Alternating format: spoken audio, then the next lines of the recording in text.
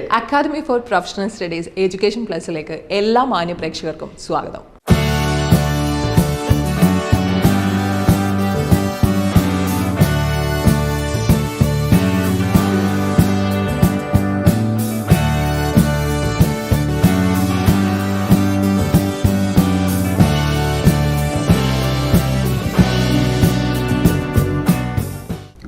Academy for Professional സ്റ്റഡീസിൻ്റെ director Shri Shabeer അലിയാണ് ഇന്ന് നമ്മുടെ കൂടെയുള്ളത്.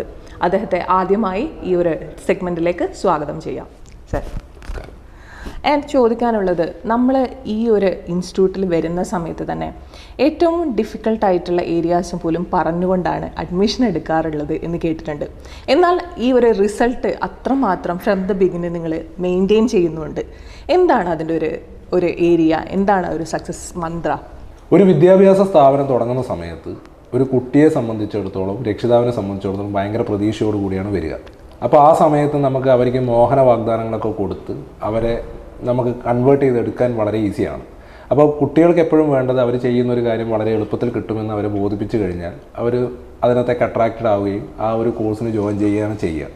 2009 ഇത് തുടങ്ങുന്ന സമയത്ത് ഞാൻ മനസ്സിൽ കുറിച്ചു വെച്ചൊരു കാര്യം, എന്ത് കോഴ്സാണെങ്കിലും, ഏത് ചെറിയ കോഴ്സാണെങ്കിലും വലിയ കോഴ്സാണെങ്കിലും അതിനൊക്കെ ഒരു പ്രോസസ്സിങ് ടൈം ഉണ്ടാവും, കുറച്ച് എഫേർട്ട് ഇടേണ്ടി വരും. നമ്മൾ പഠിപ്പിക്കുന്ന CA, CMA, CS, ACCA പോലെയുള്ള കോഴ്സുകളെ സംബന്ധിച്ചിടത്തോളം അതങ്ങനെ ഒരു എളുപ്പത്തിൽ അല്ലെങ്കിൽ ബുദ്ധിമുട്ടില്ലാതെ പാസ്സാവാനൊന്നും പറ്റുന്ന ഒരു കോഴ്സൊന്നുമല്ല. അപ്പോൾ ഒരു എൻക്വയറിക്ക് ഒരു കുട്ടി വന്നാൽ ആ കോഴ്സിനെ കുറിച്ച് പ്ലസും മൈനസുമായിട്ടുള്ള എല്ലാ കാര്യങ്ങളും, അതിൻ്റെ ഡിഫിക്കൽട്ടി ലെവലും അതിൻ്റെ എഫേർട്ട് ലെവലും ഒക്കെ കൃത്യമായിട്ട് കുട്ടിയെയും പാരൻറ്റിനെയും ബോധിപ്പിച്ചിട്ട് മാത്രമേ അഡ്മിഷൻ എടുക്കാൻ പാടുള്ളൂ എന്നുള്ളത് അന്ന് തീരുമാനിച്ചൊരു കാര്യമാണ്. അത് കഴിഞ്ഞ 15 വർഷമായിട്ട് ഞങ്ങൾ എന്ത് ചെയ്യുന്നുണ്ട്, ഇവിടെ ഫോളോ ചെയ്യുന്നുണ്ട് എന്നുള്ളതാണ് നമ്മുടെ സ്ഥാപനത്തിൻ്റെ ഒരു പ്രത്യേകതയായിട്ട് നമുക്ക് പറയാനുള്ളത്. രണ്ടാമത്തെ കാര്യം, ഇവിടെ ഈ പറഞ്ഞ ബുദ്ധിമുട്ട് ലെവലും എല്ലാ കാര്യങ്ങളും പറഞ്ഞ് ഇവിടെ കുട്ടികൾ വരുന്നുണ്ട്, അഡ്മിഷൻ എടുക്കുന്നുണ്ട്, കാര്യങ്ങൾ ചെയ്യുന്നുണ്ട്. നമുക്ക് നിലവിൽ ഇതുവരെ ഓൾ ഇന്ത്യ റാങ്ക് CMAൻ്റെ കാര്യത്തിന് എടുത്തു കഴിഞ്ഞാൽ 10ഓളം ഓൾ ഇന്ത്യ റാങ്കുകൾ നമുക്ക് ഓൾറെഡി ഉണ്ട്. പിന്നെ രണ്ടാമത്തെ കാര്യം, നമ്മൾ കഴിഞ്ഞ വർഷം തന്നെ 100-ലധികം CMA ക്വാളിഫൈഡ് ആയിട്ടുള്ള ആൾക്കാരെ നമുക്ക് ഇവിടുന്ന് പുറത്തിറക്കാൻ പറ്റി. അവർക്കൊക്കെ അത്യാവശ്യം നല്ല ജോലി കിട്ടി, അവരുടെ കുടുംബം രക്ഷപ്പെട്ടു, അല്ലെങ്കിൽ അവർ ഫൈനാൻഷ്യലി സെറ്റിൽ ആവുന്ന രീതിയിലേക്ക് നമുക്ക് കൺവേർട്ട് ചെയ്ത് കൊണ്ടുവരാൻ പറ്റുന്നുണ്ട്.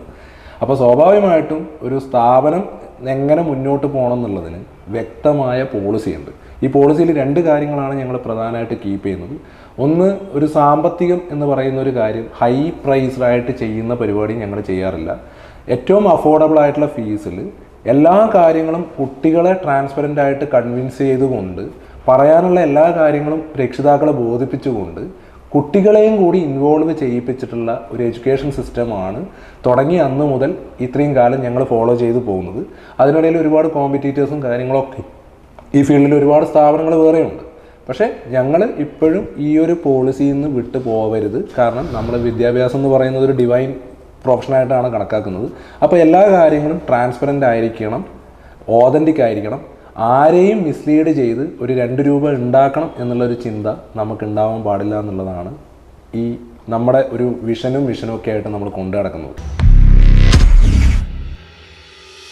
അപ്പോൾ യെസ്, ഇന്ന് നമ്മളുടെ കൂടെയുള്ളത് ശ്രീ ഷബീർ അലിയാണ്. അദ്ദേഹത്തെ ആളുകൾക്കെല്ലാം ഫെമിലിയർ ആയിരിക്കും. കാരണം ഒരുപാട് വർഷമായി, ഏകദേശം 15ഓളം വർഷമായിട്ട് ഈ ഒരു ടാക്സ് ആൻഡ് ഇൻകം ടാക്സിലും അതുപോലെ GSTയിലും റിസർച്ച് ചെയ്തുകൊണ്ടിരിക്കുന്ന, അതിൽ വർക്ക് ചെയ്തുകൊണ്ടിരിക്കുന്ന ഒരാൾ എന്നുള്ള നിലയിൽ എത്രത്തോളം ഈ കാലത്തിന് ഇമ്പോർട്ടൻ്റ് ആണ് എന്നറിയാം. അപ്പോൾ അദ്ദേഹത്തെ നമുക്കറിയാം, കമ്പനി സെക്രട്ടറിയാണ്, കോസ്റ്റ് അക്കൗണ്ടൻ്റ് ആണ്, 15 വർഷമായി ഈ ഏരിയയിൽ പ്രാക്ടീസ് ചെയ്തുകൊണ്ടിരിക്കുന്ന ഒരാളാണ്. ആൻഡ് ദെൻ APSൻ്റെ ഡയറക്ടറാണ്. അപ്പോൾ അദ്ദേഹത്തെ നമുക്ക് പ്രോഗ്രാമിലേക്ക് സ്വാഗതം ചെയ്യാം. നോർമലി നമുക്കറിയാം, ഒരു 15 വർഷം ഉള്ള, ഇപ്പോൾ 15 വർഷമായി ഇതിൽ പ്രാക്ടീസ് ചെയ്തുകൊണ്ടിരിക്കുന്നു. 15 വർഷം ഉള്ളതിൽ നിന്ന് നമ്മൾ ഡിജിറ്റലൈസേഷൻ ഒരുപാട് മാറിയിട്ടുണ്ട്. നമ്മളൊരു ഡേ ടു ഡേ ലൈഫിനെ, നോർമൽ ലൈഫിലെ, അത് ഏറ്റവും സാധാരണക്കാർക്ക് വരെ വളരെ ഡിഫറെൻ്റ് ആണ് ഒരു ലിവിങ് എന്നുള്ളത്. അപ്പോൾ അതെങ്ങനെയാണ് GSTയിലും ഇൻകം ടാക്സിലും ഈ ഒരു 15 വർഷം കൊണ്ട് സാധാരണക്കാരന് ഉണ്ടായ ഒരു മാറ്റം എന്തായിരിക്കും?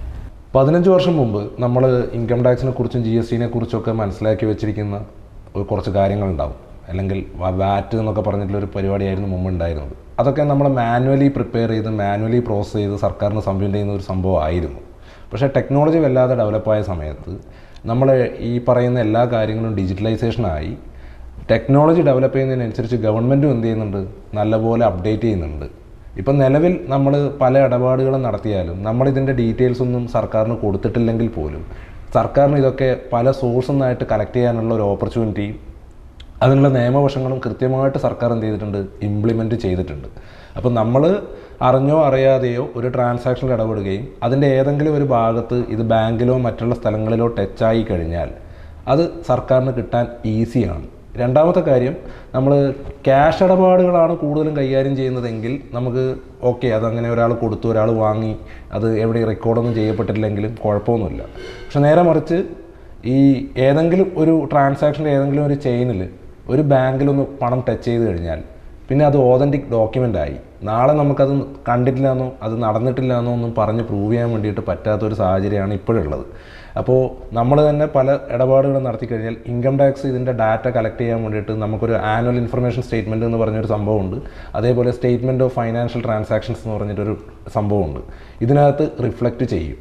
അപ്പം നമ്മൾ കൃത്യമായിട്ട് ഇൻകം ടാക്സ് റിട്ടേൺ കാണിക്കാതെയും നമ്മൾ GSTയിലൊന്നും പ്രോപ്പറായിട്ട് കണക്ക് കാണിക്കാതെയും പോയി കഴിഞ്ഞാൽ എപ്പോഴെങ്കിലും ഒരു സമയം കഴിയുമ്പം നമുക്കിതൊരു ബുദ്ധിമുട്ടായിട്ട് എന്ത് ചെയ്യും, മാറും എന്നുള്ളതാണ് സത്യം.